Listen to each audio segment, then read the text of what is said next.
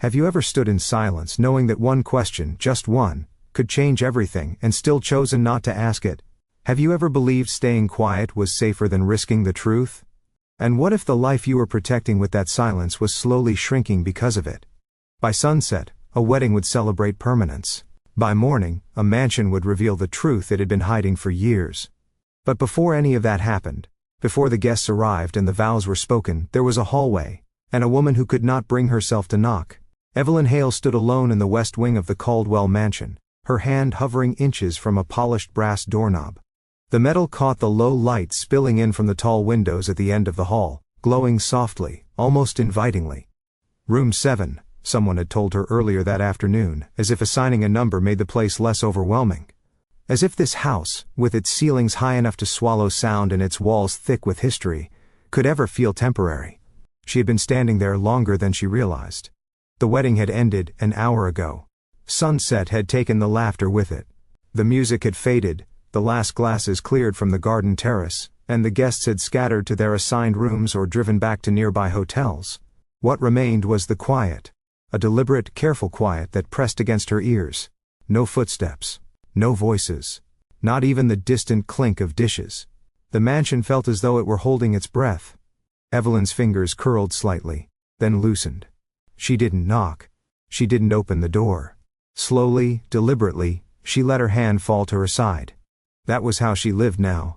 By lowering her hands before they touched anything that might answer back. She told herself it was practicality, fatigue. The long drive from Ohio, the emotional drain of family gatherings, the effort of being pleasant for hours on end.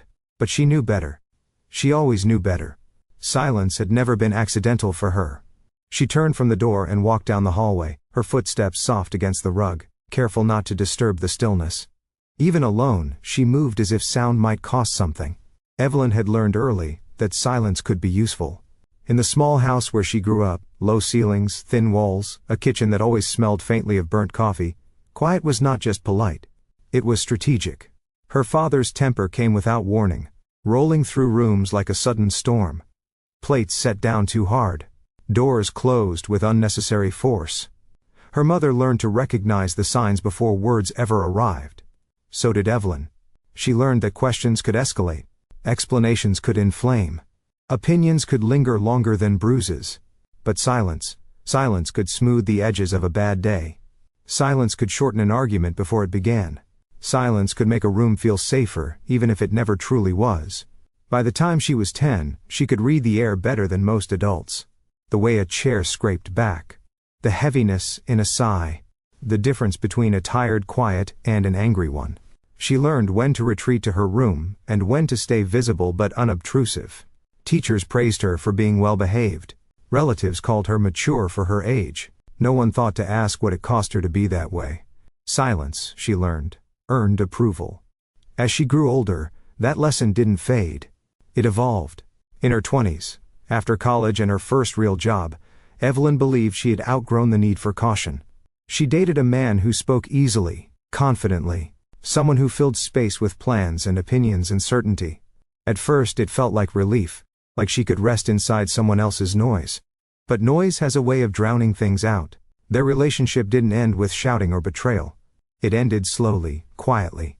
Texts that went unanswered. Conversations postponed until later. Promises softened into vague intentions. Evelyn learned that asking for more attention made her feel needy, so she stopped asking. She learned that pointing out distance made it more real, so she pretended not to notice. When he finally said, "I didn't realize you felt that way," she nodded and told him it was fine. It wasn't. But silence had already taught her how to survive disappointment without complaint. After that she chose a smaller life. Not intentionally, not all at once. She became an archivist, a job that felt fitting. Preserving other people's histories. Handling fragile documents with care. Listening without intruding. Her days were structured, her interactions brief but polite. She lived alone in a tidy apartment filled with books and quiet routines. People liked her. People trusted her. People rarely asked what she wanted. And she rarely offered. That was the version of herself she brought to the Caldwell mansion. The estate sat on a stretch of land that seemed to separate it from the rest of the world. Limestone walls. Tall windows. Long corridors that echoed even when empty. Old money, but not ostentatious. Everything understated, as if wealth here preferred not to announce itself.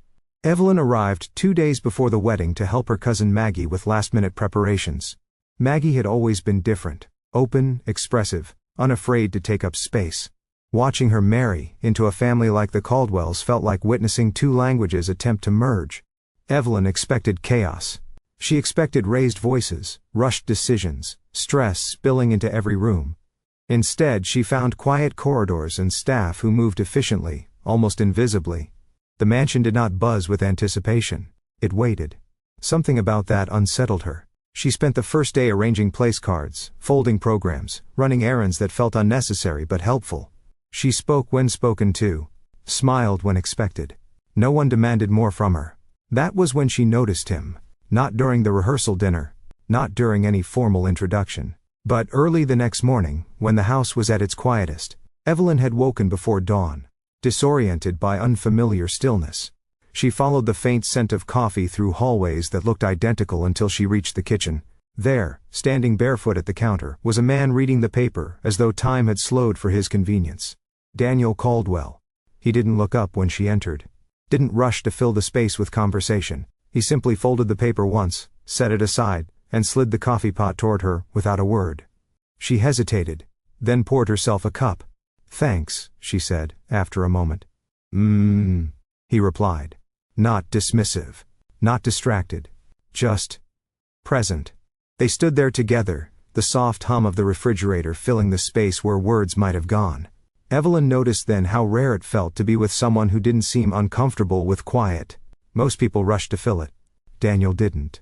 That silence, their first shared one, felt different. Not heavy. Not defensive. It didn't ask her to disappear or perform. It simply existed. She didn't realize it yet, but something had shifted. Later, when she returned to the West Wing hallway after the wedding, hand hovering over the doorknob, that same silence returned to her, not as comfort, but as a question she had spent a lifetime avoiding. What happens when silence stops protecting you? What happens when it starts costing you something instead? If you've ever lived by holding back the words that mattered most, if you've ever mistaken quiet endurance for emotional strength, this story is for you. And Evelyn was about to learn that the hardest truths don't arrive loudly. They wait. Evelyn slept poorly that night, though she wouldn't have called it restlessness. It was something quieter than that, an alertness she couldn't turn off. Even with her eyes closed, she was aware of the mansion around her. The distant settling of old wood, the soft whisper of air moving through vents, the sense of space pressing in from all sides. Silence, she had learned, was never truly empty. It carried memory. It carried expectation. She lay awake thinking about the doorknob, about how natural it had felt to stop herself, about how little effort it took to retreat. There had been a time when she would have knocked, automatically claimed her space, stepped into the room without hesitation. That version of her felt distant now, like a photograph taken before something essential had changed. Morning came gently, filtered through sheer curtains. Evelyn rose early out of habit, careful as she dressed, careful as she moved.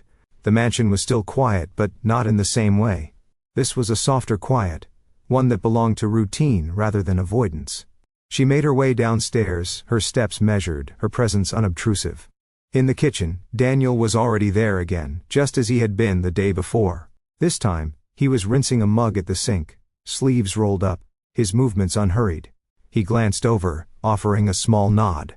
"Morning," he said. "Morning," she replied. That was all. And somehow, it was enough. They moved around each other without coordination, yet without friction. He set out a second mug without asking. She reached for the sugar and found it already open. Their silence wasn't empty, it was functional, shared. It didn't ask either of them to explain themselves. Evelyn noticed how different this felt from the silences she knew. At home, silence had been about containment, holding things in so they wouldn't spill. In past relationships it had been about avoidance, choosing peace over truth, even when peace was temporary. But here, in this quiet kitchen, silence felt like room. Like space that didn't demand performance. She didn't comment on it. She wouldn't have known how. As the morning unfolded, preparations resumed. Staff moved through the house with renewed purpose. Maggie appeared briefly, radiant and nervous, her happiness spilling out in quick bursts of laughter and worry. Evelyn listened, reassured, nodded when appropriate. She noticed Daniel watching from the edges again. He didn't hover near the center of activity. He didn't direct or interrupt. He adjusted small details, straightened a chair, closed a window when the breeze grew sharp. He moved like someone who understood the house better than the people inside it. Later, as Evelyn helped arrange flowers in a side room, she found herself thinking about him without intention, about the way he spoke only when necessary, about how his quiet didn't feel defensive or apologetic. It felt chosen. That realization unsettled her, because if silence could be chosen, it could also be unchosen. She had never thought of it that way. Evelyn's silence had always felt inherited, ingrained, reinforced by experience. Something she carried rather than decided. But watching Daniel, she sensed a different origin. Silence as stewardship. Silence as responsibility. And responsibility, she knew, could become a burden. The thought stayed with her through the afternoon. Through the rehearsal dinner conversations she half participated in. Through the way relatives praised the mansion with voices lowered, as if instinctively aware they were guests in something more enduring than themselves. She caught fragments of conversation about legacy, about expectations, about the Caldwell name. No one spoke about loss. No one mentioned what it meant to stay. Daniel remained nearby, present but peripheral. When someone asked him a question, he answered briefly. When someone praised his dedication to the estate, he deflected with a polite smile. Evelyn recognized the move. She'd done it herself, countless times. Deflection was a form of silence too. That evening, after the guests dispersed, she found herself alone in the library, drawn there by its warmth. The shelves rose high, packed with volumes that had been collected, curated, preserved. She ran her fingers along the spines, careful not to disturb their order. Archivist instincts. She imagined the house as a living archive, holding stories no one asked to read anymore. Generations of decisions made quietly, their consequences folded into routine. When Daniel entered the room, she didn't startle. She sensed him before she saw him, the way some presences announce themselves without sound. He paused when he noticed her, then continued in, lighting a lamp near the desk. "Did you find what you were looking for?" he asked. "I wasn't looking," she said honestly. He nodded, as if that made sense. They sat across from each other, separated by the length of the table, a stack of old documents between them. For a while, neither spoke. The silence settled, comfortable but expectant. Evelyn thought about asking him something. She wasn't sure what. Something about the house, about why he stayed, about whether silence ever felt heavy to him. The questions gathered, pressed gently against her chest. She didn't voice them. Instead she said, "It's a beautiful place." He glanced around, considering. "It is." Not "I know." Not "thank you." Just acknowledgement. That night, alone in her room, Evelyn finally understood the educational truth she had spent years avoiding. Silence is not neutral. It shapes outcomes whether we intend it to or not. Silence can protect. Silence can preserve. But silence can also postpone necessary truths until the cost is higher. She thought of her childhood self, learning to survive by staying quiet. Of her younger adult self, avoiding discomfort by withholding needs. None of those choices had been wrong at the time. They had been adaptive. But adaptation, she realized, could become limitation if left unquestioned. The realization didn't come with urgency or panic. It arrived the way most real lessons do. Softly, persistently, refusing to leave. By the time Evelyn drifted into sleep, she knew something had begun, though she couldn't yet name it. Not a romance. Not a conflict. A tension between who she had learned to be and who she might still become. And somewhere within the walls of the mansion, within Daniel's quiet presence, within the spaces between their conversations, was a truth that had not yet been spoken. It would wait. Silence always did. If this story feels familiar, if you've ever learned to stay quiet just to keep the peace, take a moment to pause with it. Let me know in the comments. Have you ever stayed silent when speaking might have changed everything? If you're drawn to love stories that explore real emotions, real choices, and the quiet lessons we often learn too late, like this video, and subscribe to Love Stories by Mr. Johnson. More chapters are coming, and this story is only just beginning. There was a time when Evelyn believed silence was something she would eventually outgrow. She used to think of it the way people think of childhood fears, temporary, situational, something that faded once you became independent enough to choose differently. She told herself that once she left home, once she built a life that belonged entirely to her, the careful restraint she carried would loosen on its own. It didn't. Silence followed her into adulthood, adapting the way she had learned to adapt. It softened its edges. It learned new disguises. It stopped looking like fear and started looking like maturity. In her early 20s, Evelyn mistook quiet for balance. She had just graduated, just moved into her first apartment, just begun to feel the fragile confidence that comes with paying your own bills and setting your own routines. Her life was modest but orderly. She liked predictability. It made the world feel manageable. That was when she met Aaron. He was talkative in a way that felt effortless. He filled space easily, stories, opinions, plans. Where Evelyn paused to consider her words, Aaron spoke as if words were renewable resources. He asked questions quickly and answered them himself just as fast. At first, Evelyn found it comforting. She didn't have to lead conversations. She didn't have to decide when to speak. Aaron's voice carried them forward, and she followed gladly, relieved by the absence of pressure. When he asked what she wanted for dinner or where she wanted to go, she said, "I don't mind," and meant it. She truly didn't. Or at least, she had learned not to. Their relationship began gently. Long walks. Shared meals. Evenings spent side by side on the couch. Aaron talking, Evelyn listening. She laughed when appropriate. Nodded when expected. Added comments that felt safe and agreeable. People described them as easy together. Evelyn liked that word, easy. It implied harmony without effort. It sounded like success. But ease, she would eventually learn, is not the same as intimacy. As months passed, the rhythm settled. Aaron made plans. Evelyn adjusted to them. He talked about his goals, his frustrations, his dreams. She listened, supported, encouraged. When he asked about her day, she summarized it efficiently, leaving out anything that felt too complex or unresolved. She didn't do this consciously. It felt polite, considerate. Why burden someone with thoughts you hadn't fully organized yourself? Silence, once again, presented itself as kindness. The first time she noticed the imbalance, she dismissed it. Aaron forgot a dinner they had tentatively planned. Evelyn told herself it hadn't been confirmed. Aaron canceled a weekend trip. She told herself work was stressful. He responded to her messages hours later, sometimes not at all. She typed out questions. "Are we okay? Did I do something wrong? Do you still want this?" And deleted them before sending. She remembered her childhood. How questions could escalate things. How waiting things out often felt safer. So, she waited. Weeks turned into months. Conversations grew shorter. Plans became less frequent. Evelyn adjusted without complaint, shrinking her expectations until they fit comfortably inside silence. When Aaron finally said, "I didn't realize you felt distant," she was surprised. Not by the comment, but by her own reaction. She felt nothing. No anger. No relief. Just a dull recognition. "I'm fine," she said. And she meant it in the narrowest sense of the word. She was functioning. She was coping. She was intact. What she didn't say was that she had been practicing emotional distance her entire life. She had simply learned to make it look like understanding. They ended things quietly. No raised voices. No dramatic closure. Friends remarked on how mature it all was. Evelyn nodded, accepting the praise. Inside, something hardened. After Aaron, Evelyn didn't vow never to love again. She didn't close herself off deliberately. She simply became more efficient at protecting herself, more selective with what she revealed, more practiced at deciding which feelings were worth naming.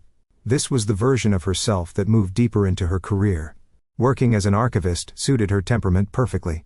The work required patience, attention, respect for fragility. She handled documents the way she handled conversations, with care, with restraint, with an understanding that once something was damaged, it could not be fully restored.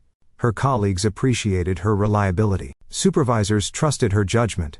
She rarely asked for recognition, and so she was rarely disappointed. Educationally, she was thriving. Emotionally, she was static. Evenings followed routines. Dinner alone. Books. Soft music.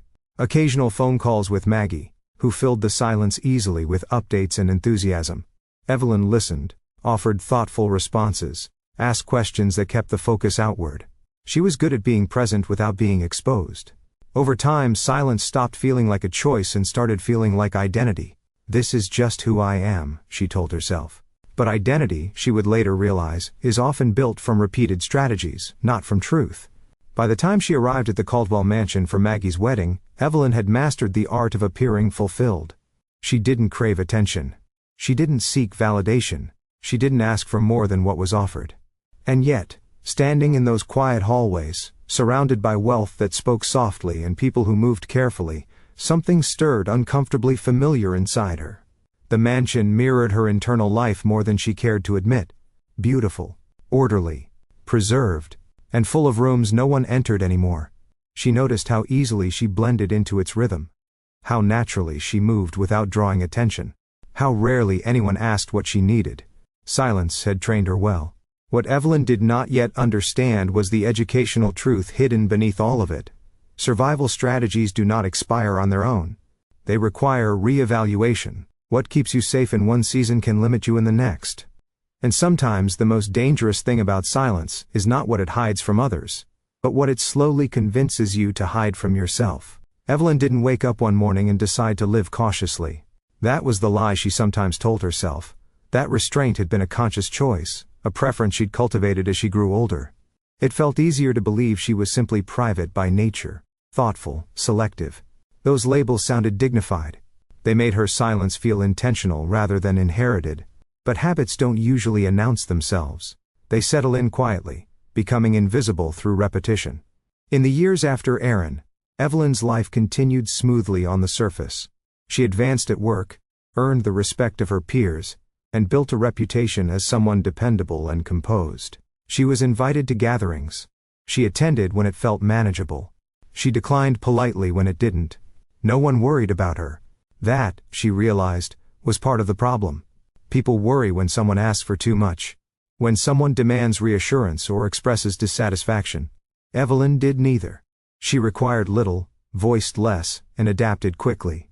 From the outside, her life appeared balanced. From the inside, it felt carefully muted. She noticed it most in moments that should have felt fuller. Birthdays passed quietly. She received messages, thoughtful cards, polite congratulations. She thanked everyone sincerely. She never mentioned that she wished someone would insist on celebrating her, pull her into noise and insist she mattered loudly. When colleagues praised her work, she deflected. When supervisors hinted at leadership roles, she hesitated. Not because she doubted her competence, but because visibility felt risky. Being seen meant being evaluated. Being evaluated meant expectations. Silence, once again, offered safety. Her apartment reflected this internal order. Everything had a place. Nothing demanded attention. Soft colors, minimal decor. A space designed to soothe, not stimulate. She told herself she preferred it that way. And perhaps she did. But preference, she was beginning to learn, is often shaped by what we've learned to tolerate. On weekends, Evelyn walked the same route through her neighborhood, passing the same coffee shop, the same bookstore, the same park bench where she occasionally stopped to read. Familiarity calmed her. It required no negotiation. Sometimes she watched couples pass, laughing, arguing softly, leaning into each other without self-consciousness. She didn't envy them exactly. Envy implied desire. What she felt instead was distance. Like watching life through glass. She dated occasionally, though none of it lasted long. The pattern was always the same: initial interest, polite conversation, pleasant evenings. When emotions began to deepen, when someone asked what she wanted, what she needed, where she saw things going, Evelyn felt the old reflex rise. Pause. Evaluate.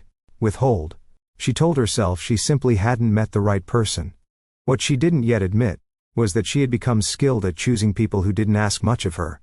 The educational truth she hadn't yet named was this: emotional silence doesn't just protect you from pain, it also filters out opportunities for connection. You don't feel rejected if you never fully arrive. That realization brushed against her consciousness more often as she prepared for Maggie's wedding. Watching Maggie move through life so openly, expressing excitement, fear, frustration without apology, felt foreign. Maggie spoke her feelings even when they made her uncomfortable. Especially then. She asked for reassurance. She voiced doubts. She named joy. Evelyn loved her for it. But love and imitation are not the same. On the drive to the Caldwell estate, Evelyn had told herself she was simply attending a family event. A brief departure from routine. A controlled disruption. Yet from the moment she arrived, the mansion unsettled her in ways she hadn't anticipated. It wasn't just the size or the wealth. It was the restraint embedded in everything. The quiet staff, the muted colors, the careful maintenance. The way nothing appeared out of place, and nothing appeared spontaneous. The house felt preserved rather than lived in. And that recognition made her uneasy. Because preservation had been her specialty for years. Walking through the estate, Evelyn sensed the same emotional architecture she carried within herself. Rooms carefully maintained, memories stored rather than examined, silence passed down like inheritance. And then there was Daniel. His quiet didn't demand anything from her. And that alone made it dangerous. She hadn't expected that. Daniel didn't fill silence to ease discomfort. He didn't retreat from it either. He occupied it. Calmly, without apology. Watching him move through the house, she saw someone shaped by responsibility rather than fear. It made her question her own motivations. Was she quiet because she chose to be? Or because she had never learned another way? That question lingered after each shared moment. After the mornings in the kitchen. After the subtle coordination that required no words. After the way he seemed to notice her presence without demanding explanation. The difference mattered. Educational growth rarely arrives as a clear revelation. More often, it appears as discomfort, small, persistent, impossible to ignore. By the second evening at the mansion, Evelyn found herself reflecting more than usual. Not about Daniel specifically, but about patterns. About the cost of always being adaptable. About how rarely she had asked herself what she truly wanted. Separate from what felt safe. Silence, she was beginning to understand, had become her default response not because it was always right, but because it was familiar. Familiarity feels like truth when it's all you know. That night, lying in her guest room, Evelyn stared at the ceiling and considered an idea that unsettled her more than any conflict ever had. What if her silence was no longer serving her? What if it had quietly outlived its usefulness? She didn't resolve anything. She didn't decide to change. She didn't suddenly feel brave. But awareness had entered the room. And once awareness arrives, silence no longer feels neutral. It feels like a choice. By the time Evelyn drifted into sleep, she understood something essential. Something deeply educational, though she would not yet put it into words. Growth does not begin with speaking louder. It begins with questioning why you stay quiet. And that question, once asked, does not easily let go. The Caldwell estate announced itself long before Evelyn stepped inside. The driveway curved through tall trees that blocked out the road behind her, creating a gradual separation from the outside world. By the time she parked near the front entrance, the noise of ordinary life, traffic, distant voices, movement, felt far away. The house rose ahead of her in pale limestone layers, its symmetry deliberate, its presence commanding without being loud. It didn't need to impress. It expected to be accepted. Evelyn stood for a moment beside her car, keys still in her hand, taking in the scale of it. The windows reflected the sky rather than revealing what was inside. Everything about the structure suggested permanence, an assumption that it would outlast whoever passed through its doors. She felt small, though not unwelcome. That distinction mattered. Inside the air was cool and still. The floors gleamed softly, polished but not slippery. The foyer opened into multiple corridors, each leading somewhere Evelyn couldn't immediately see. A woman in a dark uniform greeted her quietly, offering directions in a voice that barely rose above the ambient hush. "Someone will show you to your room," she said, already stepping aside. Evelyn followed without question. As she was led deeper into the house, she noticed how carefully everything was managed. Paintings were spaced evenly. Furniture was positioned with intention. Nothing appeared temporary. Nothing suggested spontaneity. Even the light seemed curated, filtered through tall windows and heavy curtains to maintain a consistent mood. The house felt like it had been designed to discourage excess, of sound, of emotion, of movement. It was impressive. It was also unsettling. Evelyn had always been sensitive to atmosphere. She picked up on tone the way some people picked up on music. And here, the tone was unmistakable. Restraint was not just preferred, it was expected. She recognized that expectation immediately. Her guest room was located in the west wing, at the end of a long hallway. Room 7. The number was discreetly etched into a small brass plate beside the door. Inside, the space was elegant but sparse. Neutral colors. Clean lines. A bed that looked untouched by time. It was comfortable without being personal. She set her suitcase down gently, as if noise might offend the room. Standing there, she felt the familiar urge to minimize herself, to take up as little space as possible, emotionally and physically. The house seemed to reward that instinct. As the afternoon progressed, Evelyn moved through the estate performing small tasks, helping Maggie organize last-minute details, carrying boxes of programs, confirming seating arrangements. Each interaction was polite, efficient, and brief. No one lingered. No one raised their voice. It was as though the house itself enforced a certain emotional volume. She noticed the staff most of all. They were attentive without being intrusive, present without being visible. They anticipated needs before they were voiced, adjusted settings without being asked, corrected minor issues before they could become noticeable. Evelyn admired their precision. But she also wondered what it cost. At one point, she paused near a tall window, overlooking the garden where the ceremony would take place. Chairs were already arranged in perfect rows, white against the green lawn. Everything was prepared well in advance. There was comfort in that. There was also control. Maggie burst into the room a moment later, breaking the stillness with nervous energy. "Can you believe this place?" she whispered, eyes wide. "I feel like I'm inside a movie." Evelyn smiled. "It's something," Maggie laughed, then lowered her voice instinctively. "It's beautiful though, isn't it?" "It is," Evelyn agreed. And she meant it. Beauty, she had learned, did not require warmth. As Maggie rushed off to her next obligation, Evelyn remained by the window, watching the staff make final adjustments. She noticed how easily she blended into the background, how rarely anyone looked her way. That was familiar territory. Educationally, she was beginning to see something she had not fully articulated before. Environments train behavior just as families do. Some spaces invite expression. Others reward restraint. The Caldwell mansion clearly belonged to the latter. As evening approached, guests began to arrive for the rehearsal dinner. Voices filled the main hall, not loudly but with polite enthusiasm. Laughter came in measured bursts. Compliments were exchanged with careful phrasing. Evelyn stood near the edge of the gathering, observing rather than participating. She wasn't excluded.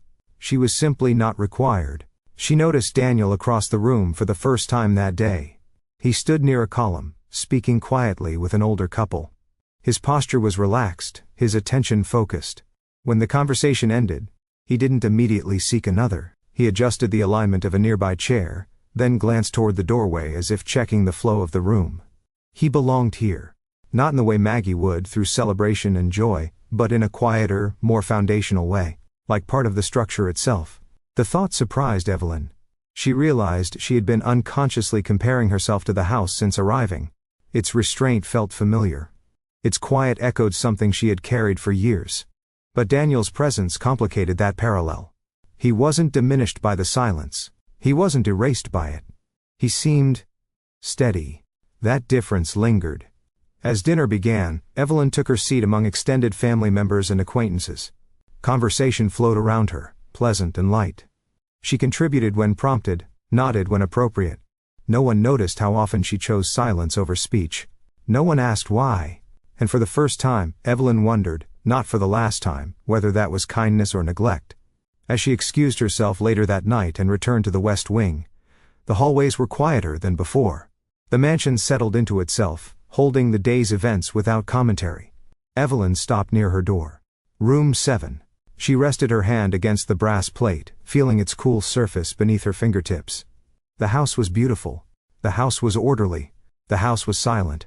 And somewhere within that silence was a lesson she was only beginning to understand.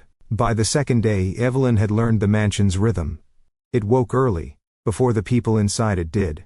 Light crept through the tall windows in measured angles, never harsh, never careless. The floors seemed to absorb sound, muting footsteps as if the house preferred not to be startled awake. She found herself matching its pace without effort. Rising early, moving quietly, choosing her words carefully. It occurred to her, not without unease, how easily she adapted. At breakfast, the long dining table was set with precise symmetry. Plates placed equidistantly. Coffee poured before anyone asked. Conversations were subdued, voices lowered even when laughter surfaced. It wasn't enforced by instruction, no signs, no reminders. It was enforced by expectation. Evelyn noticed how newcomers adjusted within minutes, how posture straightened, how gestures softened, how voices dropped half a register. The house taught people how to behave. She sat beside Maggie, listening as relatives discussed travel plans and business updates. No one spoke of emotion. No one referenced nerves, stress, or uncertainty. Even wedding jitters were framed as logistics rather than feelings. Daniel entered quietly, taking a seat near the far end. He acknowledged Maggie with a brief smile, nodded at a few others, then focused on his coffee. He spoke when spoken to, answered questions succinctly, and returned to listening. Evelyn watched him more than she intended. He was not withdrawn. He was attentive. His silence felt purposeful, almost protective, of himself, of the space, of the people around him. It reminded her of museum guards who stood quietly beside priceless artifacts, ensuring nothing was damaged by excess curiosity. That thought stayed with her. Later that morning, she volunteered to help move chairs from the garden to a storage area after a last-minute change in seating. Daniel appeared beside her without comment, lifting one end of a folded chair as if the task had already been agreed upon. They worked in tandem, carrying chairs down a gravel path toward a side entrance. Gravel crunched beneath their feet, one of the few sounds the estate did not entirely soften. After several trips, Evelyn realized she wasn't thinking about what to say. The silence didn't feel like restraint. It felt shared. "Thank you," she said finally. More to acknowledge the moment than the task. He glanced at her. Of course. That was all. No small talk. No explanation. No attempt to stretch the interaction into something more than it was. She appreciated that more than she could explain. As they returned the final set of chairs, Evelyn noticed a change in herself. A subtle loosening. Her shoulders relaxed. Her breathing slowed. She wasn't anticipating conflict or misinterpretation. Silence here wasn't asking her to disappear. It was allowing her to exist without performance. Educationally, the distinction mattered. There is a difference between silence that suppresses and silence that supports. One erases. The other creates space. She hadn't known silence could do that. The rest of the day passed with similar moments. Brief, unremarkable on the surface, quietly significant beneath. Passing each other in hallways. Sharing a nod. Exchanging a glance when conversations became unnecessarily complicated. Evelyn began to notice how often people filled silence unnecessarily. How frequently conversations drifted into noise rather than meaning. And how rare it felt to be around someone who didn't demand constant exchange. Daniel's quiet presence didn't pressure her to reveal more than she was ready to offer. That, she realized, was why she felt safe. Safety, she had learned, was not the absence of risk. It was the presence of respect. In the afternoon, Evelyn found herself alone in one of the smaller sitting rooms, flipping through a photo album left on a side table. The images were old, black and white at first, then gradually shifting into color. Generations of Caldwells posed stiffly on the same staircase, beneath the same archway. The faces changed. The posture didn't. Everyone looked composed, controlled, proper. She wondered how many of them had learned, early on, what kinds of feelings were acceptable here. When Daniel entered the room, she didn't close the album. "History," he said, noticing where her attention was. "Yes," she replied. "It feels curated." He considered that. "It is not defensive, not dismissive, just honest. Does it ever feel heavy?" she asked before she could stop herself. The question hung between them, fragile. Daniel didn't answer right away. He looked at the photos again, then back at her. "Sometimes," he said. The simplicity of the response startled her more than a longer explanation would have. He didn't soften it. He didn't elaborate. He didn't retreat. That single word told her more than a monologue ever could. They stood there for a moment longer, sharing an understanding that didn't require further clarification. Then he excused himself, leaving the room as quietly as he had entered. Evelyn closed the album gently. The educational realization settled deeper. Now, silence does not mean absence of truth. Sometimes it means truth is being carried carefully. But care, she knew, could become burden if never shared. That evening, as the sun dipped low and preparations neared completion, Evelyn walked the West Wing hallway again. The same hallway. The same door. Room 7. She paused, hand hovering briefly over the doorknob before turning it this time. Inside, she sat on the edge of the bed, reflecting on how the house had already begun to teach her something she hadn't expected to learn here. That environment shapes behavior. That quiet can be inherited. That silence can be both shelter and limitation. And perhaps most importantly, that noticing the difference is the first step toward change. She didn't know yet what that change would look like. She didn't know what tomorrow would bring, or what the wedding would uncover. But awareness had taken root. And in a place built on restraint, awareness felt quietly radical. Daniel Caldwell learned early that staying was a form of loyalty.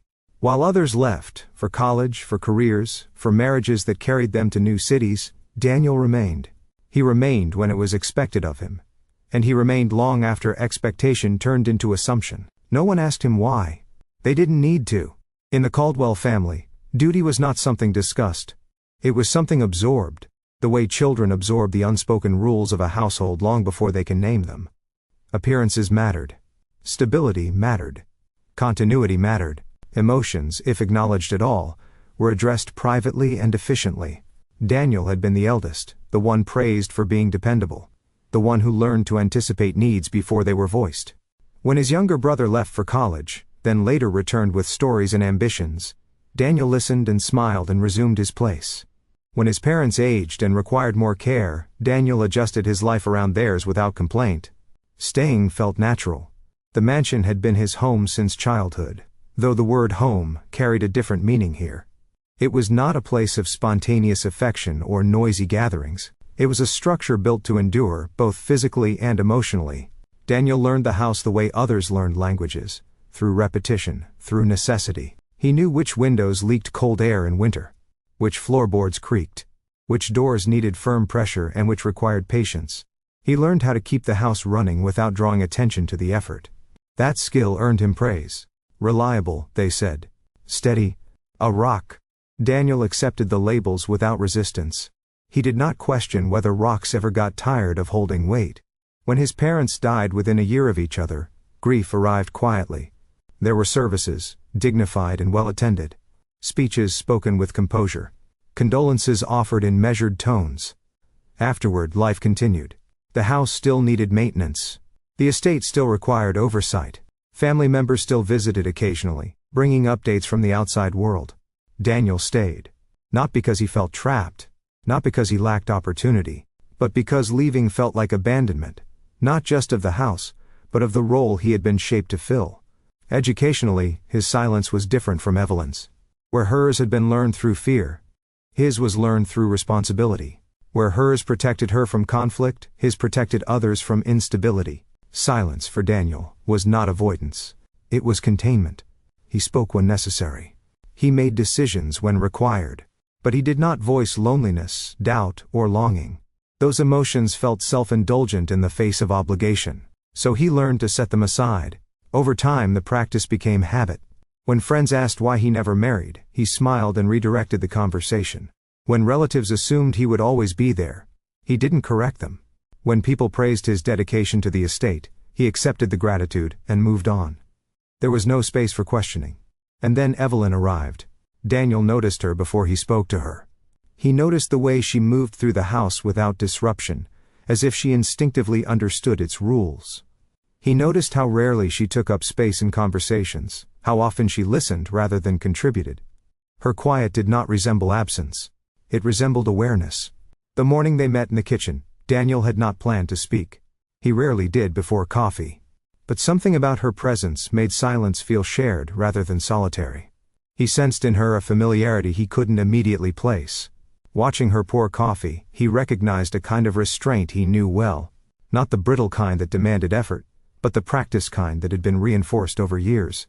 Their brief exchange, if it could even be called that, left him thinking long after she left the room. That surprised him. Daniel was accustomed to people passing through the house, leaving impressions that faded quickly. Guests arrived, celebrated, departed. The house remained. But Evelyn did not feel temporary in the same way. He observed her throughout the day without intruding. He saw how easily she adapted, how seamlessly she fit into the estate's rhythm. He also noticed the moments when she paused, as if resisting an instinct to withdraw further. Something in that tension resonated with him. Daniel had spent years believing that silence was a sign of strength. That withholding personal desire was part of maturity. That staying steady mattered more than speaking truth. But standing across from Evelyn in quiet spaces, he felt the weight of that belief shift slightly. Silence had protected him from chaos. But it had also kept him alone. He didn't know what to do with that realization. As evening settled in and the house prepared for the wedding day, Daniel stood in the library, sorting envelopes by habit rather than necessity. He liked tasks that required focus but little emotional engagement. The work steadied him. When Evelyn entered the room, he didn't look up right away. He sensed her presence before acknowledging it, the way one senses a change in air pressure. She didn't announce herself. She never did. He waited for her to speak. She didn't. The silence stretched, but it didn't strain. Daniel realized then that something important was happening, not between them necessarily but within himself. For the first time in years, silence no longer felt sufficient on its own. And that unsettled him more than any spoken conflict ever had. Daniel had never thought of himself as lonely. Loneliness implied a longing he didn't allow himself to acknowledge. It suggested a gap between what was and what was desired. Daniel preferred to think in terms of obligation, maintenance, continuity. Those concepts felt solid. They didn't invite disappointment. But that night, standing alone in the library after Evelyn left, the silence pressed differently. Not heavy, not accusing, just present. He set the envelopes aside and walked toward the tall windows overlooking the garden. The lights from the house spilled outward, illuminating the empty rows of chairs that would be filled by morning. Everything was ready. Everything was prepared. And yet, Daniel felt the faintest sense of dissonance, an awareness that preparation did not equal fulfillment. He remembered a time years earlier when he had considered leaving. It was shortly after his parents' funerals, when grief was still raw and expectations were still forming. An old friend had offered him a position in another city, nothing extravagant, but meaningful work, a chance at something different. Daniel had almost said yes. Almost. But the house needed him. The estate required oversight. Family members assumed he would stay, and he did nothing to correct them. The assumption became reality through inaction. Silence had made the decision for him. Educationally, this was a truth Daniel had never examined. Avoiding a decision is still a decision, one that carries consequences just as real as deliberate choice. He stayed. The opportunity passed. Life settled into routine. Years later, standing in the same house, Daniel wondered, not for the first time, who he might have been if he had asked himself harder questions sooner. The thought unsettled him enough that he poured himself a drink, something he rarely did. He took a single sip, then set the glass aside untouched. Distraction wasn't what he needed.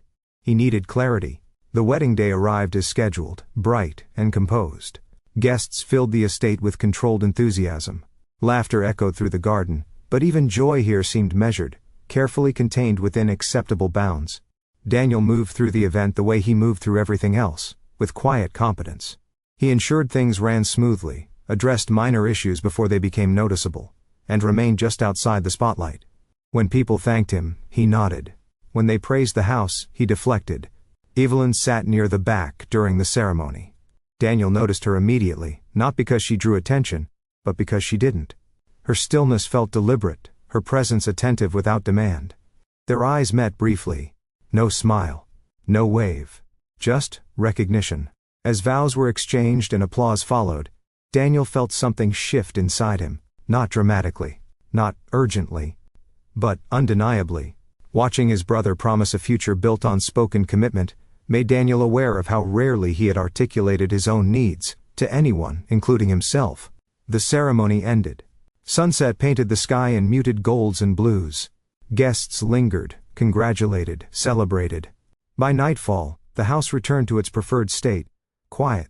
That was when the weight of everything he had avoided naming settled in. Later in the library, Daniel returned to the envelopes, not because they needed sorting, but because the motion grounded him. He heard footsteps behind him and knew, without turning, that it was Evelyn. He didn't speak. Neither did she. They sat across from each other, the fire crackling softly nearby. The silence was familiar now, but no longer neutral. When Evelyn said, "I leave tomorrow," the words landed harder than Daniel expected. He nodded. Long drive. Yes. He wanted to say more, wanted to ask questions he had practiced avoiding. "Where are you going? Will you come back? Does this matter to you the way it does to me?" He said none of it. Silence intervened, as it always had. But this time silence felt less like safety, and more like loss. The night passed without resolution. Morning arrived with a different energy. Daniel sensed it before anyone spoke, the subtle shift in movement, the restrained urgency among the staff. The house was changing modes, transitioning from celebration to conclusion. In the sunroom, Daniel found Evelyn standing near the windows, her posture thoughtful, her expression unreadable. "There's something you should know," he said. She turned, attentive. "The house is being sold," he continued. "The board finalized it last night. It's been decided for a while. The wedding was the last event." Saying it aloud felt strange, like releasing a truth he had been carrying alone. Evelyn didn't react with shock.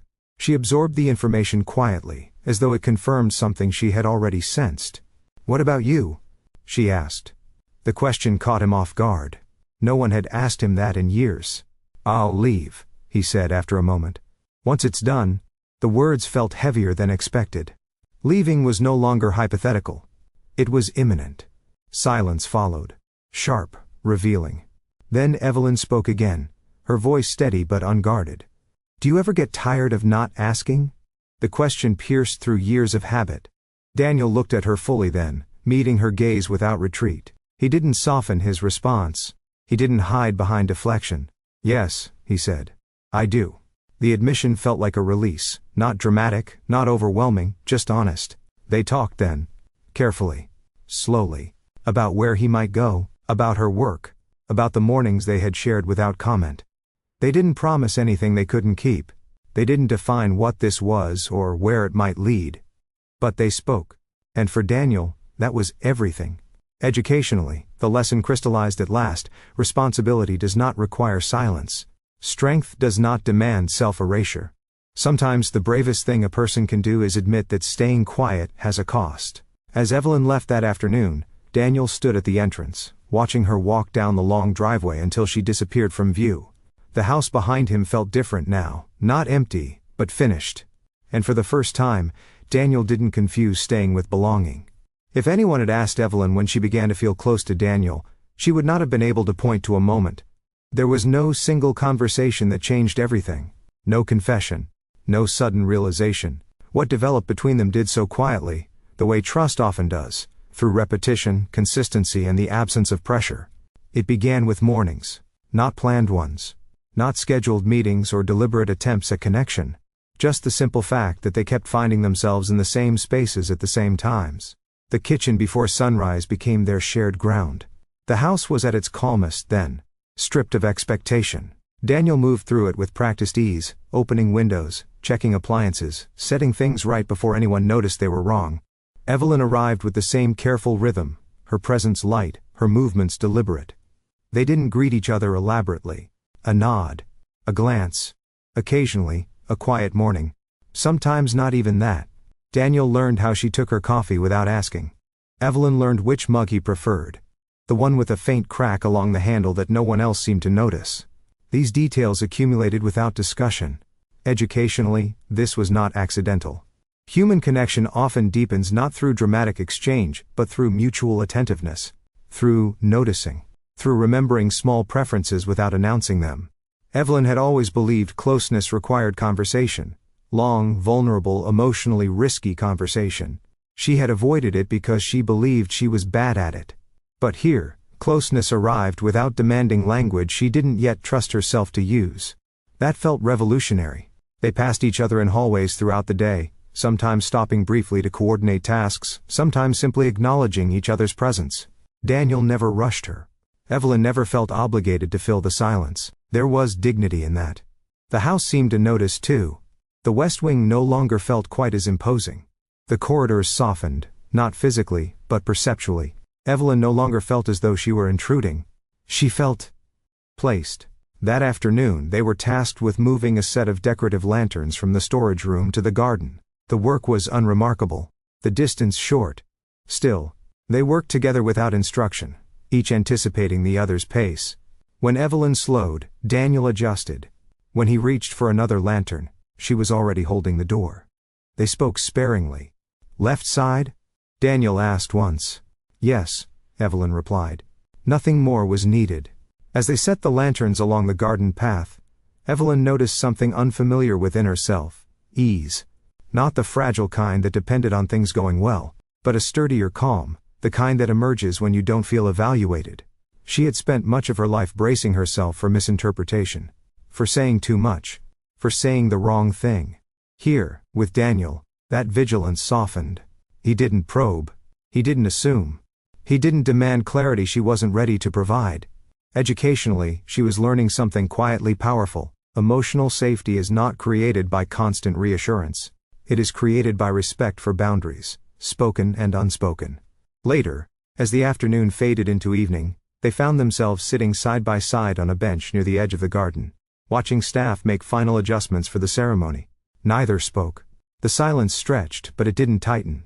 Evelyn realized she was not thinking about how she appeared. She wasn't rehearsing responses or monitoring her posture. She simply existed, present and unguarded, in a way she had rarely experienced. Daniel shifted slightly beside her, adjusting his jacket as the air cooled. Without thinking, Evelyn handed him the scarf she'd brought with her. He accepted it with a small nod, draping it around his neck. "Thank you," he said. She shrugged. "It's getting cold." The exchange was simple, ordinary. And yet, something about it lingered.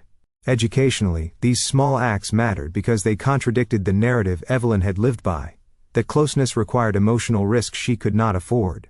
Here was proof that connection could begin elsewhere, in shared responsibility, in mutual observation, in quiet acts of consideration. As evening settled, guests arrived for informal gatherings before the rehearsal dinner. Conversation returned to the estate, filling rooms with polite enthusiasm. Evelyn drifted between spaces, contributing when invited, retreating when overwhelmed. Daniel remained nearby, not hovering, not guarding, simply present. That presence anchored her. She noticed how rarely she checked her phone, how little she felt the urge to withdraw entirely. Being around Daniel did not require energy she didn't have.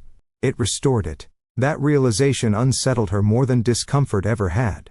Because if connection could feel this safe, then perhaps silence was not the only option she had. Later that night, as they cleared tables together, Evelyn found herself speaking without rehearsing. "I like the mornings," she said, surprising herself. Daniel looked at her, attentive but unpressured. "Me too." That was it. No follow-up. No explanation. But the words mattered.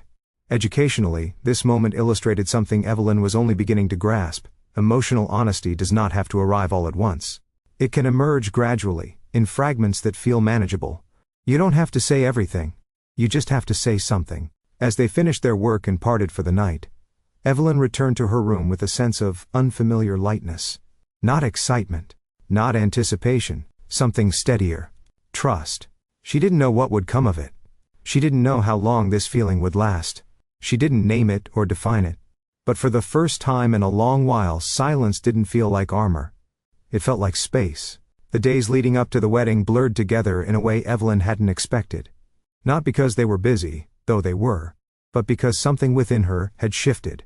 Time no longer felt like something she needed to endure. It felt inhabitable. The routines that once served as shields now became anchors, holding her steady rather than small. She noticed it first in the mornings. She no longer lingered in her room, gathering resolve before stepping into the day. Instead, she moved with quiet anticipation, not for conversation or outcome, but for presence. For the simple comfort of familiarity. Daniel was almost always already in the kitchen, not waiting, just there. Some mornings they spoke more than others. A brief comment about the weather. A note about the day's schedule. Other times, they shared nothing but the clink of mugs and the soft hum of the house waking up around them. The silence remained, but it had changed texture. It no longer pressed inward. It expanded. Educationally, Evelyn was learning that routines are not inherently limiting. They become limiting only when used to avoid reflection. Here, routine was doing the opposite. It was revealing what felt natural, what felt safe, what felt honest. She found herself paying attention in new ways. To the way Daniel paused before answering certain questions, as if weighing responsibility against truth. To the way he adjusted his pace to match hers without comment. To the way he never filled silence unnecessarily, yet never used it to withdraw. His quiet felt like an invitation rather than a barrier. One afternoon, while organizing seating charts in a smaller sitting room, Evelyn reached for a stack of cards, and realized her hands were trembling slightly. She hadn't noticed the tension building until it surfaced physically. Daniel noticed. "You don't have to rush," he said. It wasn't an instruction. It was permission.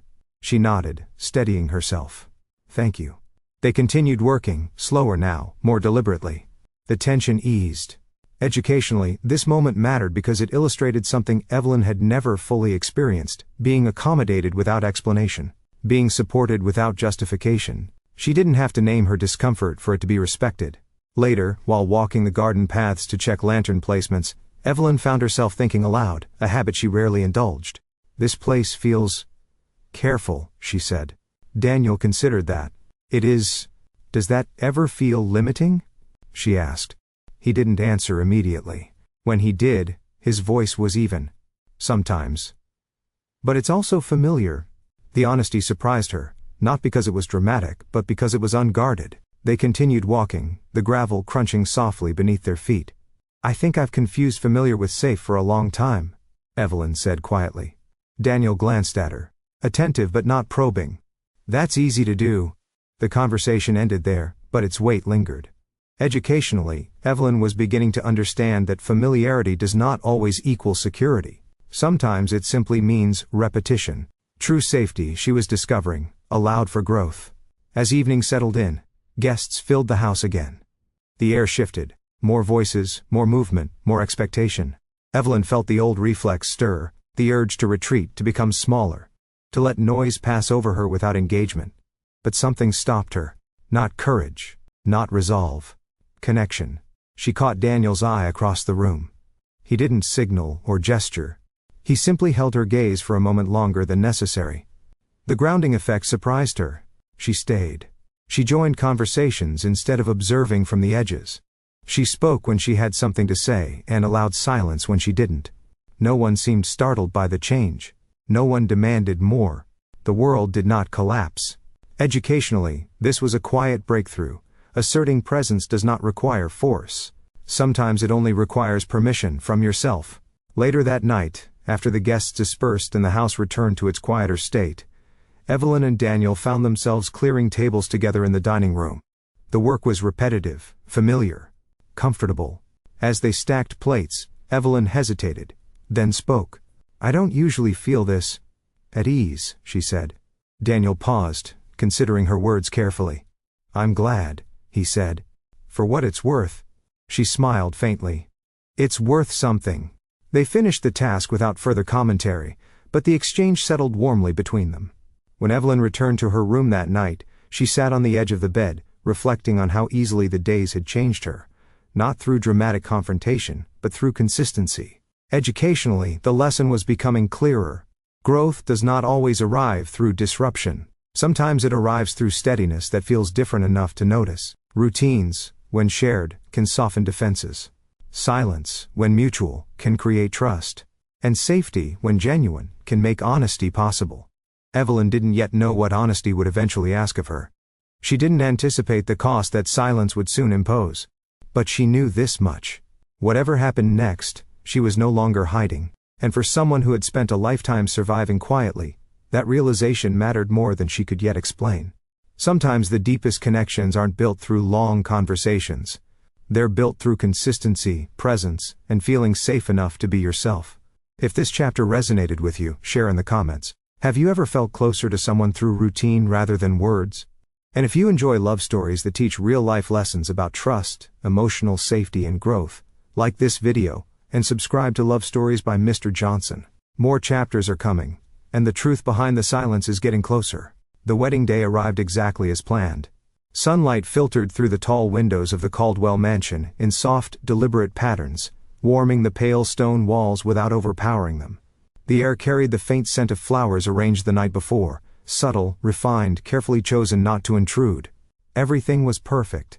Evelyn noticed that first, not the joy, not the excitement, but the precision.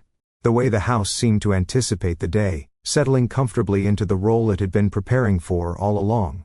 Chairs aligned, programs stacked, staff moving with quiet efficiency. Celebration here was curated. Evelyn dressed slowly, choosing a simple dress that felt appropriate without calling attention to itself. As she adjusted the clasp at the back, she paused, studying her reflection. She looked composed, calm, as she usually did. But beneath that calm was an unfamiliar awareness. She was present, not observing from a distance, not retreating behind politeness. She was here, emotionally, attentively, in a way she hadn't expected when she arrived days earlier. Outside, guests began to gather. Voices drifted upward through open windows, rising and falling in polite cadence. Laughter surfaced, restrained but genuine. Evelyn took a steady breath and made her way toward the garden. The ceremony space was beautiful in a quiet, understated way. White chairs framed the aisle. Flowers softened the edges of stone and green. The sky stretched clear above them, generous and unassuming. Maggie stood near the front, radiant and nervous, her joy unfiltered. Evelyn watched her cousin with a mix of affection and admiration. Maggie had always worn her feelings openly: fear, excitement, doubt, love, never hiding them to make others comfortable. Today, that openness shone. As guests took their seats, Evelyn found hers near the back, just as she preferred. From there, she could see everything without being seen too much herself. Old habits lingered. Daniel stood near the side, hands folded loosely in front of him, his attention fixed on the preparations. He looked composed, as always. If anyone else noticed the weight he carried, they didn't show it.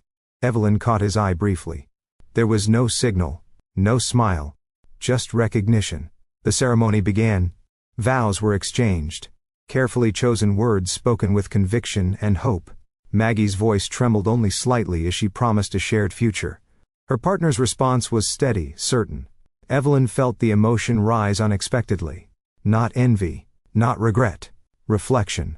She wondered how many people spoke vows without fully understanding what they were promising. How many believed permanence could be achieved through ceremony alone.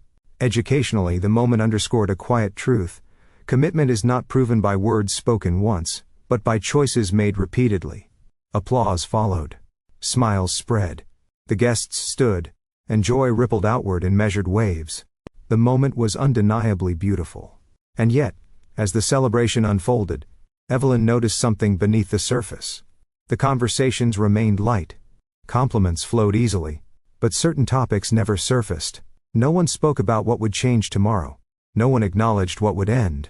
The mansion absorbed the joy without revealing its secrets. Daniel moved through the reception with practiced grace, greeting guests, accepting congratulations on behalf of the family.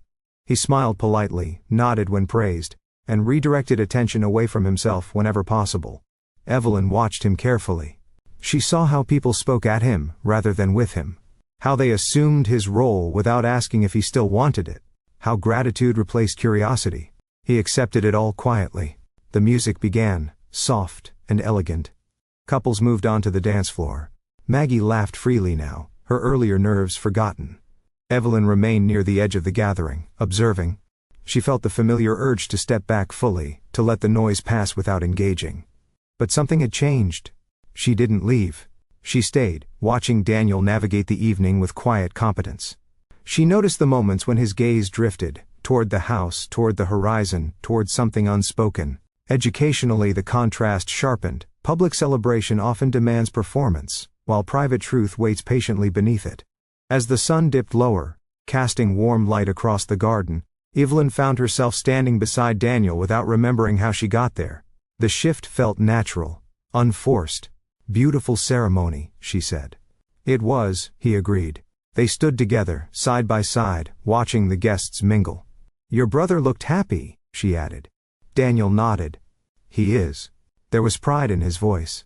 And something else. Loss, perhaps. Or release. Evelyn didn't press. She didn't ask what he was thinking, or how he felt. Not yet. They remained together in silence, allowing the moment to exist without commentary. Educationally, this restraint mattered. Sometimes honoring a moment means not dissecting it. Not every truth needs immediate articulation. As evening approached and the celebration softened, Evelyn felt the weight of the day settle in.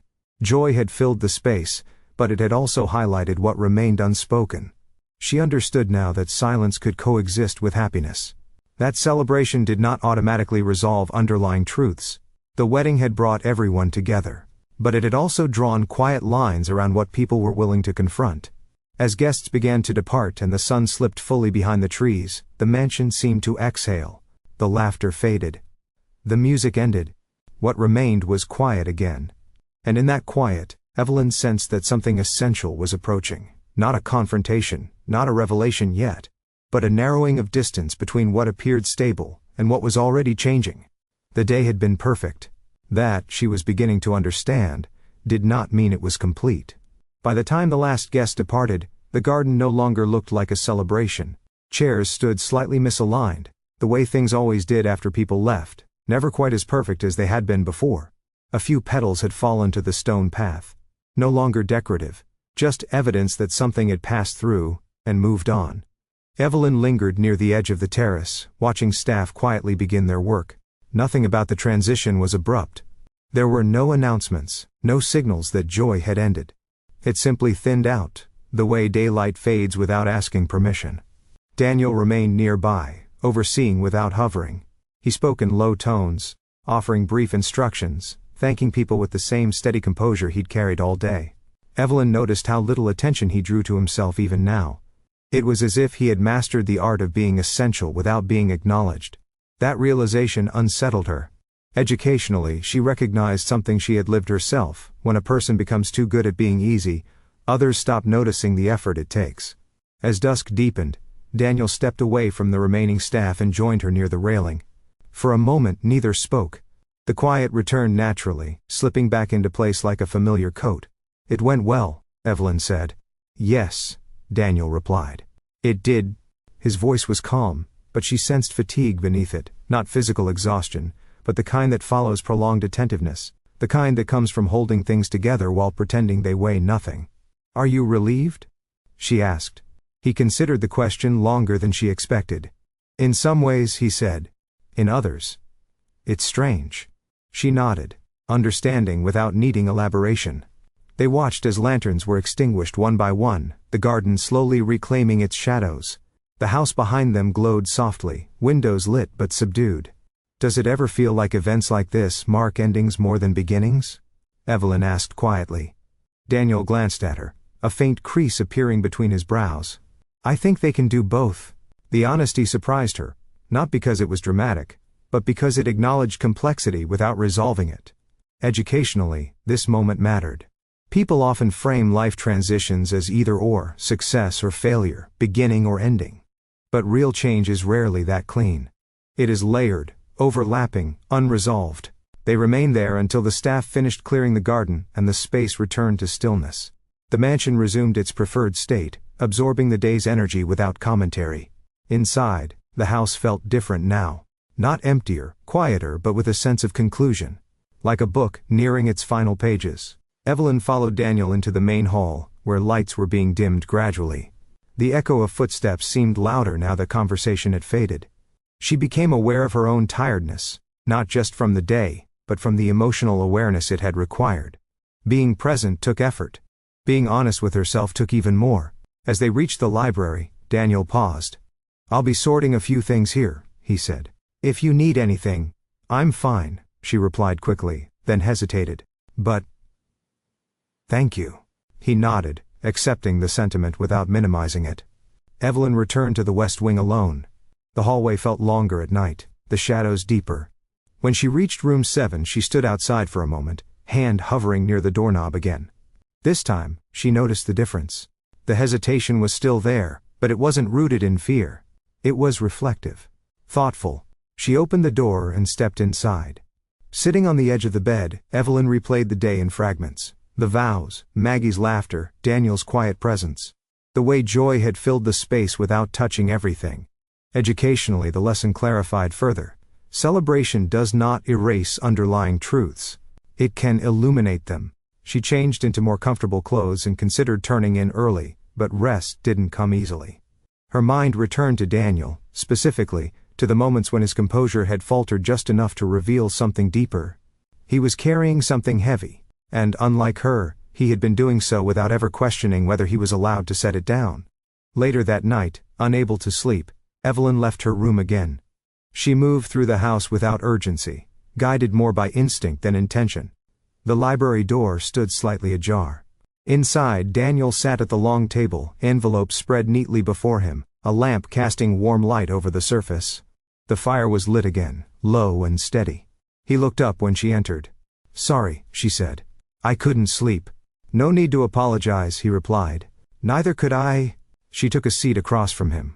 The silence returned, but now it carried the weight of the day behind it. They didn't speak right away. Educationally, this pause mattered.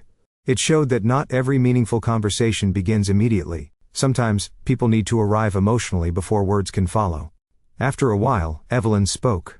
"Today was beautiful," she said. "But it felt incomplete." Daniel didn't deny it. "Yes," he said. "It did."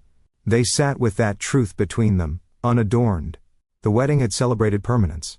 The house had absorbed the applause. But something beneath the surface had shifted. Evelyn sensed it clearly now. Silence was no longer simply a backdrop. It was becoming a question, one that would soon demand an answer. She didn't yet know what that answer would be. But she knew this. What remained unsaid was beginning to cost something. And the house, for all its restraint, could not hold that tension forever. The house did not sleep. It rested, settled, breathed. But it never truly surrendered to stillness.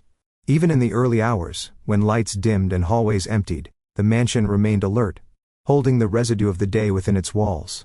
Evelyn felt that vigilance as she sat across from Daniel in the library, the fire casting slow shadows along the shelves. The silence between them was no longer neutral. It pressed gently but insistently, like a question that had waited too long to be asked. She shifted in her chair, then stilled herself. Old habits surfaced quickly. Wait, observe, don't disrupt. But something about this night resisted that instinct. Daniel sorted envelopes methodically, though the task clearly no longer required his full attention. He moved with the same careful precision Evelyn had watched all day, as if structure might hold things together if he didn't look too closely beneath it. Evelyn wondered how long he had been doing this, choosing tasks over thoughts, motion over reflection. Educationally, she recognized a familiar pattern. When silence becomes uncomfortable, people often replace it with activity rather than honesty. The fire cracked softly. "I didn't realize how much weddings exhaust me," Evelyn said finally. Daniel glanced up, surprised, but not displeased. "They have a way of doing that." She nodded. "I think it's the pretending. Everyone trying to feel the right thing at the right time." "That's an interesting way to put it," he said. "I don't mean pretending happiness," she clarified. "Just compressing everything else."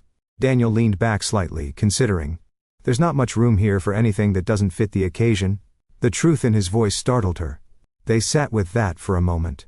Evelyn felt a subtle pull inside her, a recognition that this was one of those moments that would define how the story unfolded. Speak now, or retreat into familiarity. Her chest tightened. She thought of all the times she had chosen quiet because it felt safer. How often that safety had turned into distance without her noticing. Educationally, this was the cost she was only now beginning to confront. Silence delays discomfort, but it compounds consequence. "I almost didn't come downstairs," she admitted. Daniel's gaze sharpened slightly. "Why did you?" She hesitated, then answered honestly. "Because if I stayed in my room, I knew I'd keep thinking about what I wasn't saying." He didn't interrupt, didn't rescue her from the pause. That mattered. "I've spent most of my life believing that staying quiet kept things stable," she continued. "But tonight, it feels like it's doing the opposite." Daniel set the envelopes aside. That single gesture, abandoning the task, felt significant. "I know what you mean," he said. The words were simple, but the admission behind them was not. Evelyn leaned forward slightly. "Do you ever feel like you've said so little for so long that speaking feels unfamiliar?" Daniel exhaled slowly. "Yes." The honesty landed between them, fragile and real.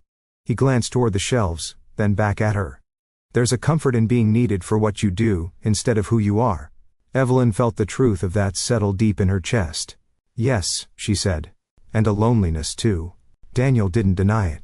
Educationally, this exchange mattered because it illustrated a reality many avoid naming. Functional value can quietly replace emotional connection if left unquestioned. The fire burned lower. Outside, the grounds were still. Daniel spoke again, his voice quieter now. "I think I convinced myself that wanting more was unnecessary." Evelyn studied him, seeing not the caretaker, not the dependable son, but a man who had learned to minimize his own needs for the sake of continuity. "Was it?" she asked gently. He considered the question carefully. "I don't know anymore." The uncertainty in his response marked a shift. For years he had moved through life with clarity defined by duty. Uncertainty felt dangerous, but also honest. They sat there, the silence now filled with shared recognition rather than avoidance. Educationally, Evelyn understood something essential in that moment. Silence stops being protective when it prevents necessary questions from forming. She thought of the doorknob. The hallway. The countless moments she had retreated rather than risk being seen. "Daniel," she said, her voice steady but quiet. "Do you ever wonder who you'd be if you weren't holding everything together?" The question lingered. Daniel didn't answer right away. When he did, his voice carried something new, vulnerability without apology. "More often than I used to." The admission felt like a door opening, just slightly. Evelyn didn't rush to step through it. She knew better now. Growth didn't require speed, it required presence. They talked for a while after that, not in long monologues, but in fragments. Shared reflections, half-finished thoughts. They didn't resolve anything. They didn't make plans. But they acknowledged what had been avoided. And that alone felt significant. Eventually the fire burned down to embers. The house remained silent, attentive. Evelyn stood, sensing the moment closing. "I should try to sleep," she said. Daniel nodded. "Me too." They walked together toward the hallway, then paused where the corridor split. For a brief moment, neither moved. This silence was different. It wasn't fear. It wasn't habit. It was choice. Evelyn realized then that the hardest part wasn't speaking. It was deciding not to hide anymore. She turned toward the west wing, her steps measured but certain. Behind her, Daniel remained still, watching her go, not with regret but with recognition. The night was far from over, and neither was what had been left unsaid. Evelyn slept, but not deeply. Her rest came in fragments, thin layers of half-dreams and waking thoughts that refused to separate cleanly. Each time she stirred, she felt the residue of the night's conversation still present, as though the words spoken in the library had followed her back to room 7 and settled quietly at the foot of the bed. Awareness has weight. Once you notice something essential, you can't unknow it. You can ignore it for a time, postpone it, dress it up as patience, but it remains. Evelyn rose before dawn, the light outside still muted, the house hushed. She sat on the edge of the bed and let herself feel the discomfort she had spent years managing away. She had spoken. She had not retreated. And yet, nothing had been resolved. Educationally, this was a critical truth she was only now understanding. Insight without action is not neutral. It creates tension. And tension demands direction. She dressed quietly and stepped into the hallway. The west wing was empty, the silence deeper now without the buffer of daylight. As she walked, she felt a strange pull. Part of her wanted to return to the library, to see if Daniel was there again, to continue the conversation before the day claimed them both. Another part of her hesitated. Not from fear this time, but from uncertainty. When she reached the kitchen, the coffee was already brewing. Daniel stood at the counter, staring out the window, his posture thoughtful, his shoulders slightly tense. He turned when he sensed her presence. "Morning," he said. "Morning." They stood there together, the familiar routine attempting to reassert itself. But something had changed. The silence was no longer comfortable in the same way. It carried the echo of what had been said, and what had not. Daniel poured her a cup without asking, then paused, as if considering something. "I was thinking about what you said," he began. Evelyn looked at him, attentive. "About staying quiet," he continued.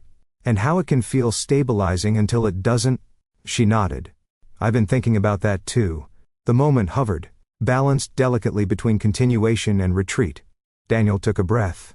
"I'm not very good at knowing what to do once I notice something needs to change." The admission surprised her, not because it was vulnerable, but because it was specific. "That makes sense," she said. "You've been doing what was expected for a long time." He didn't deny it. "I think I've mistaken responsibility for immobility," he said slowly. The words felt important. Chosen. Educationally, Evelyn recognized the significance. Naming a pattern is often the first step toward changing it. But only if followed by permission to move. They drank their coffee quietly after that. The routine returned in form, but not in feeling. It no longer soothed the way it had before. When staff began arriving and the house shifted into morning mode, the moment passed without resolution. Evelyn spent the day helping Maggie pack, sorting items that had accumulated throughout the wedding weekend. Maggie moved through the rooms with buoyant energy, already planning the next chapter of her life. "I still can't believe it's over," Maggie said, laughing. "It feels like it went by so fast." Evelyn smiled. "That's how it always is." Maggie studied her for a moment. "You okay?" The question was casual, affectionate. "Yes," Evelyn replied, and paused. "I think so." It wasn't a lie. But it wasn't complete. Educationally, she noted how easily people accepted partial truths when offered calmly.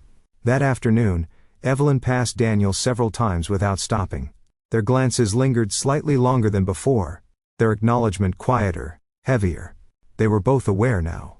And awareness, she was learning, creates urgency, even when no one says so out loud. As evening approached, Evelyn began packing her own belongings, folding clothes, zipping bags, preparing to leave. The finality of it surprised her. She realized she had been assuming there would be more time. Another conversation, another night, another morning where things might settle naturally. But time, she knew, does not create clarity on its own. It creates endings. When she carried her suitcase into the hallway, Daniel stood there, as if he had been waiting. "I heard you're leaving tomorrow," he said. "Yes," she replied. "Early?" He nodded, absorbing the information. "I'll walk you out," he said. They moved together through the house, their footsteps echoing softly now that the staff had mostly gone. The mansion felt different, quieter, but also exposed. Like a stage after the performance ended. They stopped near the front doors. For a moment, neither spoke. Educationally, this pause carried weight. It illustrated a common human tendency, waiting for the other person to move first, to risk first, to name what both already feel. Evelyn felt the old instinct rise, to let the moment pass, to leave things unspoken but intact.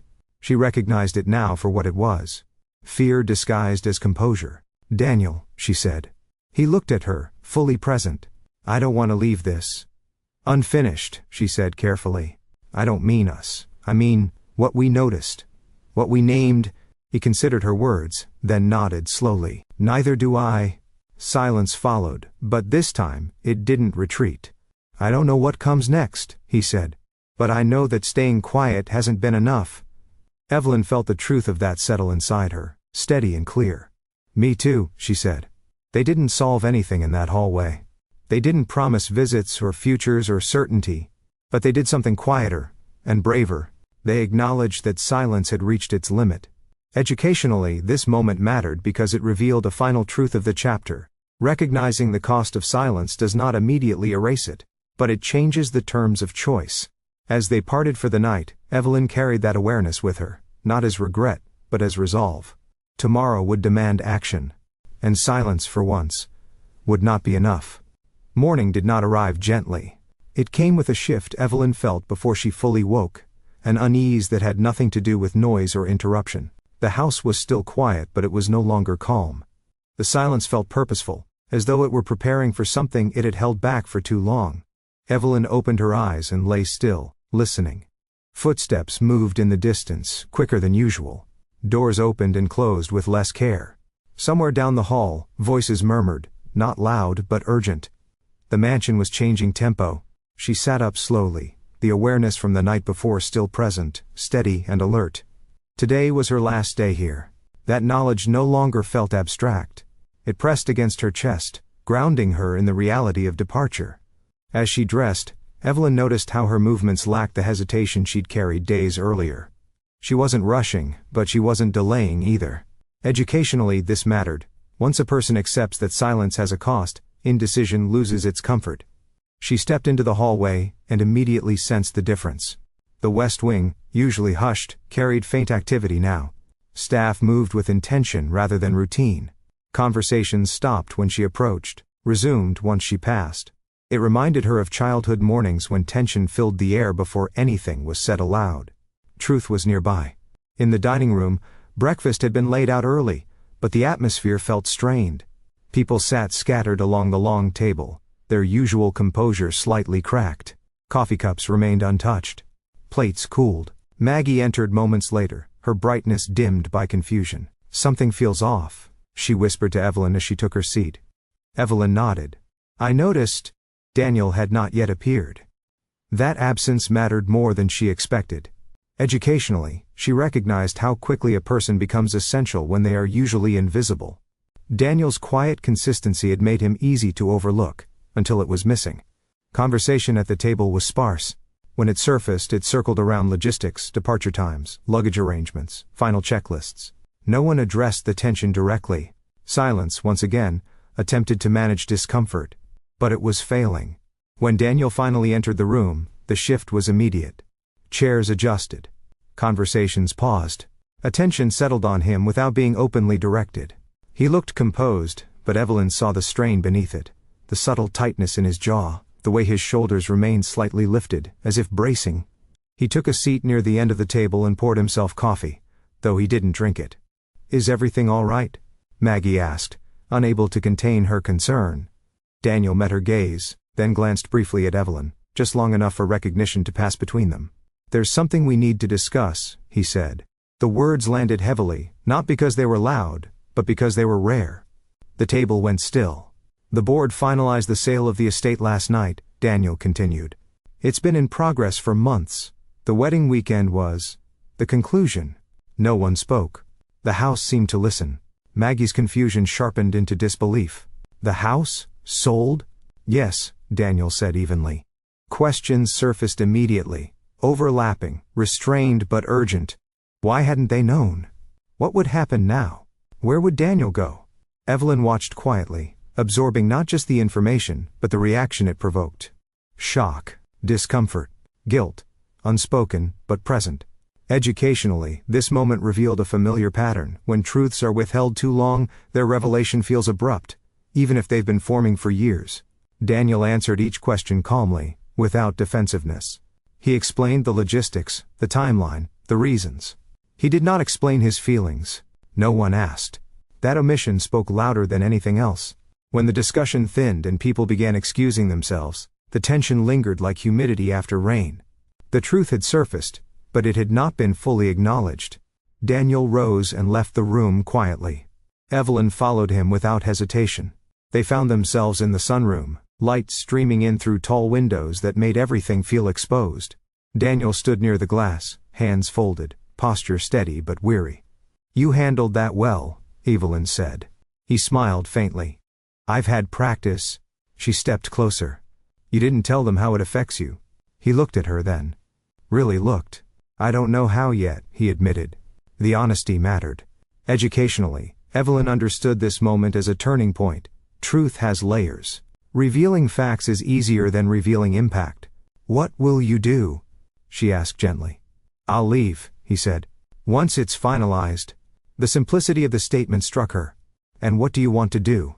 she asked. He hesitated. That pause told her everything.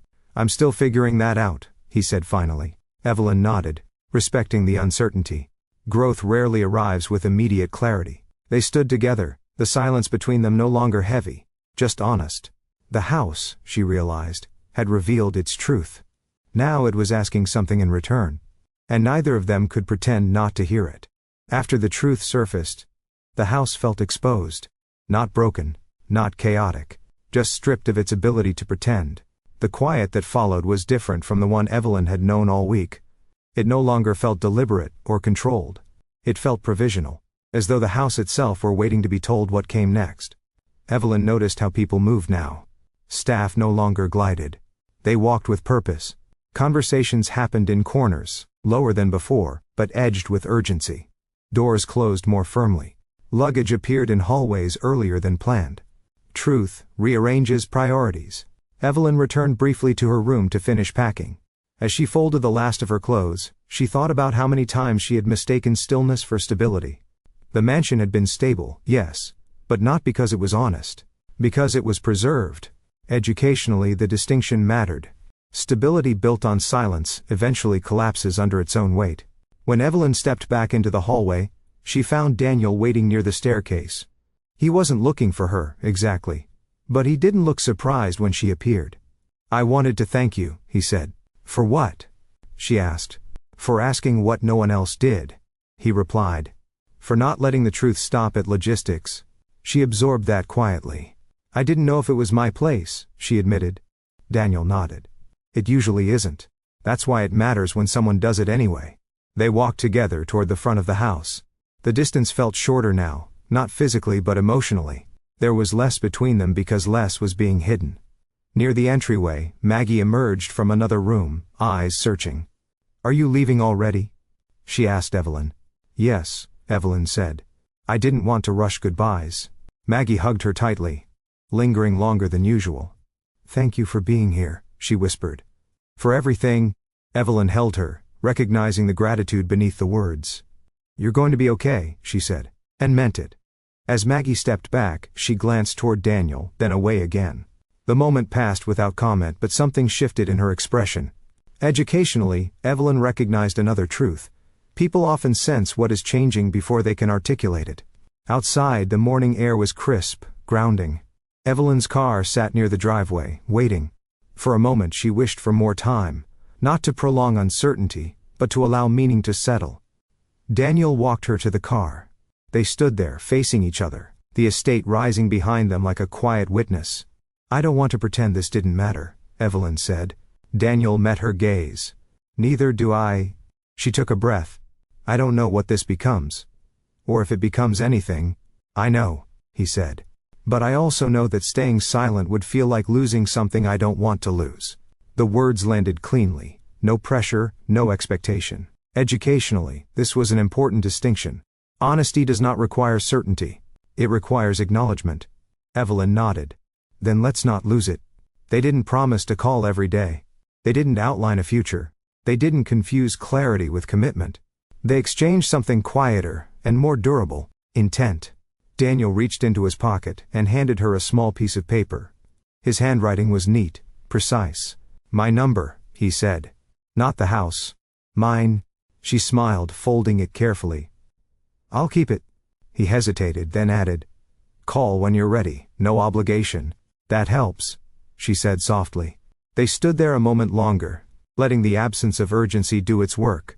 Then Evelyn opened her car door. As she pulled away, she watched Daniel in the rearview mirror, still, composed, but no longer hidden behind the house. The estate faded behind her as the road curved outward, trees closing in, then opening again to the world beyond. The drive felt different than it had days earlier. Evelyn didn't rush. She let the miles stretch naturally, her thoughts steady rather than spiraling. The truth had surfaced. It had changed things, but it hadn't demanded resolution yet. Educationally, she recognized something essential. Growth often begins not with answers, but with permission to ask better questions. By the time she reached the highway, the mansion felt distant, but not erased. It remained part of her story, not because of what it had given her, but because of what it had revealed. Behind her, Daniel stood alone at the edge of the drive long after she disappeared from view. The house felt unfamiliar now. Not because it was empty, but because it no longer defined him. He returned inside, already aware that something irreversible had begun. The sale would finalize. The rooms would change hands. The silence would belong to someone else. For the first time in years, Daniel did not confuse that loss with failure. He understood it for what it was: an opening. Distance changes things, not all at once, but gradually, the way perspective shifts when you move far enough away to see patterns you couldn't recognize up close. For Evelyn, the distance came in miles. The road carried her back toward Ohio, past familiar landmarks and long stretches of quiet highway. She drove without music for most of the trip, letting her thoughts move at their own pace. She wasn't replaying moments obsessively. She wasn't rehearsing conversations that hadn't happened. She was noticing. That, she realized, was new. Educationally, she recognized a truth she had lived most of her life without naming. Avoidance creates the illusion of peace, but reflection exposes the cost. Back in her apartment, life resumed its familiar rhythm. Same coffee mug. Same routes through the neighborhood. Same quiet evenings. The stillness that once felt soothing now felt incomplete. Not wrong, just insufficient. She unpacked slowly, placing items back where they belonged. When she reached the folded piece of paper Daniel had given her, she paused. His number. Not the house. Not the estate. Him. She set it on the kitchen counter, visible, refusing the instinct to tuck it away for later. Days passed. Evelyn returned to work, slipping easily into the cadence of the archive. Colleagues greeted her warmly. Tasks filled her hours with predictable satisfaction. She handled fragile documents with care, appreciating the clarity of work that responded to attention. But something in her had shifted. She noticed how often she paused before speaking, not out of fear, but out of habit. She noticed how frequently she chose silence when a question hovered at the edge of her awareness. And she noticed the subtle regret that followed. Educationally, this awareness marked an important turning point. Once you recognize a pattern, repeating it becomes a choice rather than reflex. One afternoon, while cataloging a collection of personal letters, Evelyn caught herself lingering over a phrase written decades earlier: "I thought you knew." The words struck her with unexpected force. She set the letter down and leaned back, considering how often people assume understanding without communication. How frequently relationships fracture not from conflict, but from unspoken expectation. That night, she walked her usual route past the coffee shop and bookstore. Couples passed her, conversations overlapping, expressions animated. She didn't envy them, but she didn't feel detached either. She felt aware. At home, she cooked dinner and sat at the small table by the window. The quiet returned, familiar but altered. She thought of Daniel standing in the sunroom, admitting uncertainty without apology, of his steady voice saying he didn't want to lose something unnamed. She wondered how many times he had nearly asked for more, and stopped. She wondered how many times she had done the same. Educationally, the cost of silence crystallized clearly now. It doesn't only limit connection with others. It limits connection with self. Evelyn picked up her phone, then set it down again. Not yet. She didn't want to call out of momentum or fear of losing the moment. She wanted to call because she had chosen to speak. That distinction mattered. Meanwhile, miles away, Daniel packed. The mansion was quieter than Evelyn remembered it. Not because people were gone, but because its purpose had shifted. Staff moved through rooms with finality now, labeling boxes, documenting items, preparing for transfer.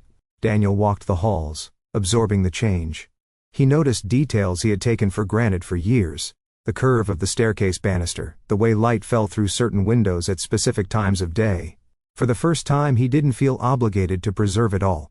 Educationally, this was his own reckoning.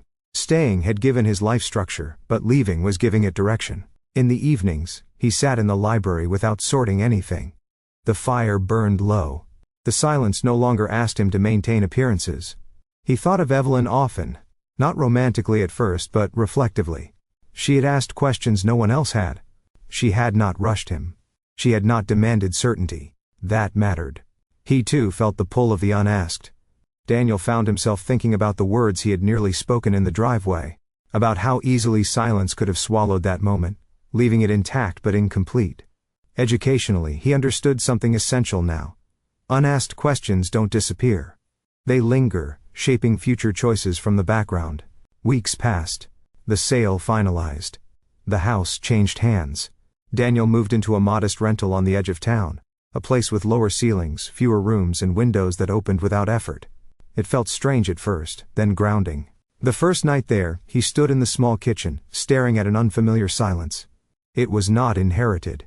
It was not imposed. It was chosen. He took out his phone, scrolling to Evelyn's contact. Added weeks ago, never used. He hovered over the call button, then stopped. Not yet. He wanted the conversation to begin honestly, not as reaction but as intention. Back in Ohio, Evelyn stood at her own kitchen counter, the folded paper now worn from being moved too often. She unfolded it, smoothing the creases. She realized then that waiting for certainty was another form of silence. And silence, she had learned, always carried a cost. She picked up her phone. The moment had arrived, not because everything was clear, but because avoiding it no longer felt acceptable. The question was no longer what if. It was what now. Evelyn didn't call right away. She held the phone in her hand, thumb resting near the screen, aware of how much meaning she had attached to this moment. The urge to wait, to find the perfect phrasing, the right emotional readiness, rose instinctively. She recognized it immediately. This was the same hesitation that had shaped most of her life. Educationally, the realization was sharp and grounding. Waiting for perfect certainty is often just another way of postponing vulnerability. She exhaled slowly, and pressed the call button before her courage had time to recede. The line rang twice. Daniel answered on the third ring. "Evelyn," he said, her name steady in his voice. "Hi," she replied. "I hope this isn't a bad time." "No," he said. "It's not." There was a pause, not awkward, not strained. Just real. "I didn't want to let more time pass," she said. "Not because I needed answers, but because I didn't want silence to decide for me again." Daniel absorbed her words carefully. "I'm glad you called," he said. They didn't rush into explanation. They spoke slowly, allowing the conversation to unfold without pressure. Evelyn told him about returning home, about the way familiar routines felt different now. Daniel spoke about leaving the mansion, about how quiet felt when it was no longer inherited. Neither framed their experiences as dramatic. They framed them as honest. "I used to think silence kept things intact," Evelyn said. But I've realized it often just keeps them unfinished. Daniel was quiet for a moment. I think I mistook staying for stability, he replied. And I didn't question it because it worked, until it didn't. Educationally, this exchange mattered because it demonstrated a crucial truth. Personal growth often happens in parallel, not in response. Each person arrives at awareness independently, then chooses whether to meet in it. I don't know what this becomes, Evelyn said. And I'm not asking for promises. Daniel didn't rush to reassure her. I don't know either, he said. But I know I don't want to avoid the question just because it's uncomfortable. They talked for nearly an hour, not about plans but about patterns. About how each had learned silence differently. About how easily habits masquerade as identity.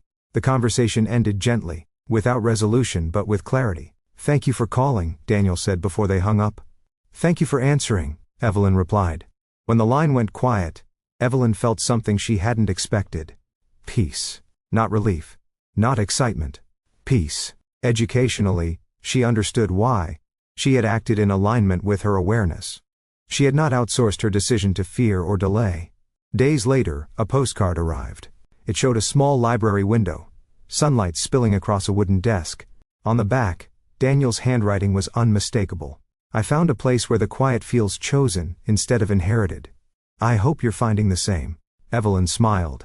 She placed the postcard on her desk, beside the folded paper she no longer needed to carry. Weeks passed. They spoke occasionally, not daily, not with expectation. Conversations unfolded naturally, shaped by honesty rather than urgency. They shared observations more than updates, reflections more than plans. One evening, Daniel mentioned he would be passing through Ohio for a short visit.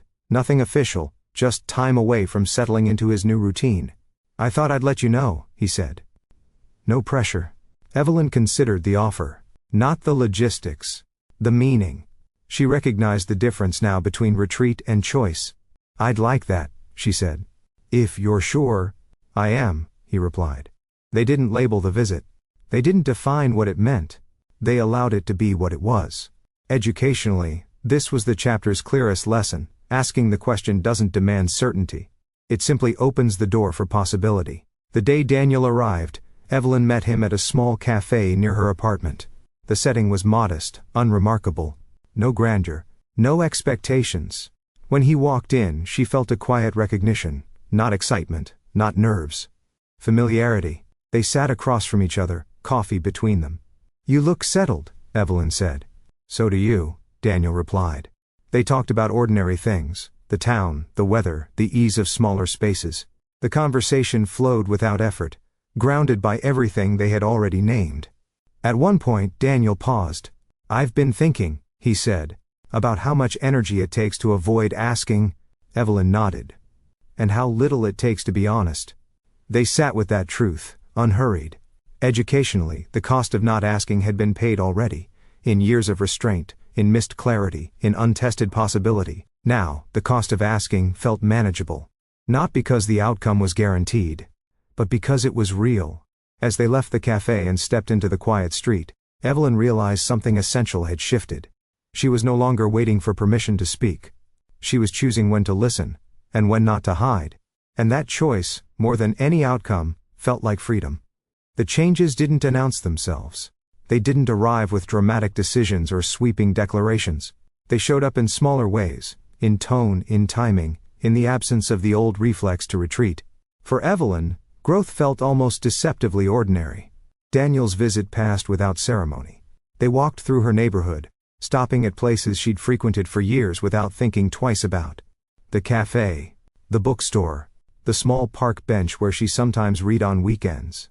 He listened as she spoke about her routines, not as if they were quaint, but as if they mattered. That distinction stayed with her. They didn't rush to fill the time with significance. They allowed it to be unremarkable, and in that, meaningful. Conversation drifted easily, punctuated by pauses that no longer felt like gaps needing repair.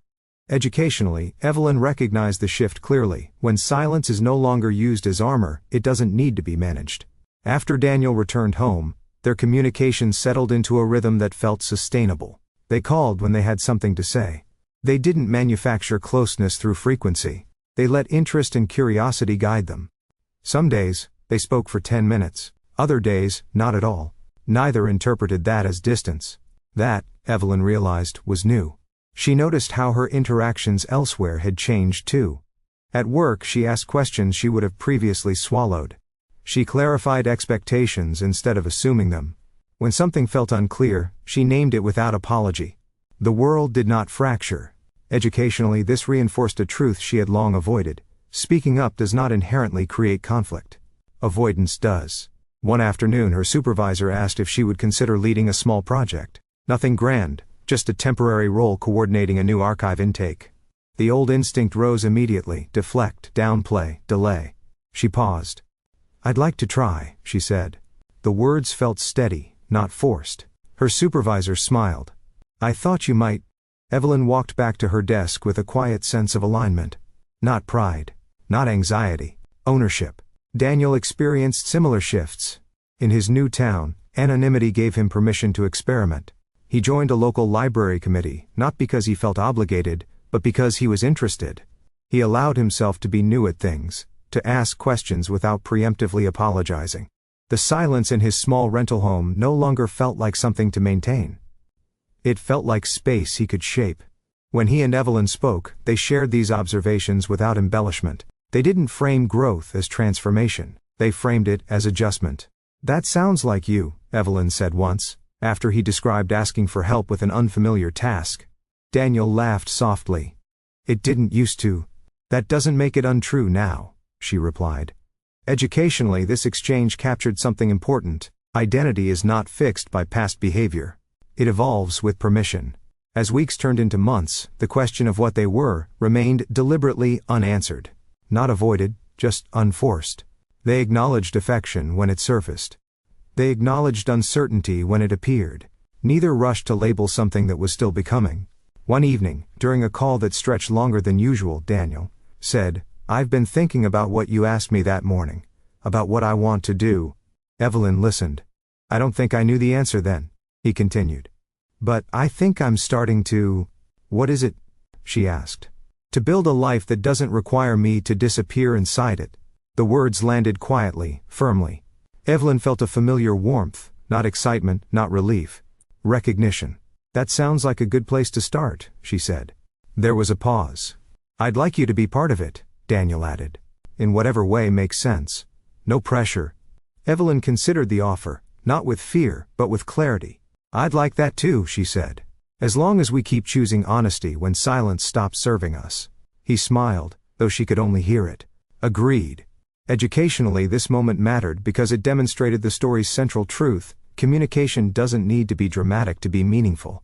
It needs to be consistent and sincere. Later that night, Evelyn sat at her desk, looking at the postcard Daniel had sent weeks earlier. She placed it in a drawer, not to hide it but because it had served its purpose. She no longer needed reminders. She was living the lesson. The silence in her apartment felt different now. It wasn't something she used to protect herself from the world. It was something she shared with it. The quiet didn't disappear. That was the first thing Evelyn noticed. It didn't evaporate once she began choosing differently. It didn't retreat because she spoke more honestly or asked clearer questions. Silence remained part of her life. But it no longer governed it. It accompanied her instead. On a mild Sunday morning, months after the wedding weekend had faded into memory, Evelyn sat at her kitchen table with the window cracked open. The city moved softly outside, cars passing, voices rising and falling, life continuing without announcement. She wasn't waiting for anything. That, she realized, was the difference. Daniel arrived later that afternoon. Not as a visitor passing through, but as someone returning to a place where he felt welcome without obligation. He had begun spending more time in Ohio now, sometimes for a weekend, sometimes longer. They never kept score.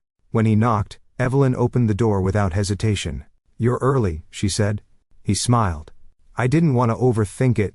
They shared a quiet laugh, the kind that comes easily when no one is performing.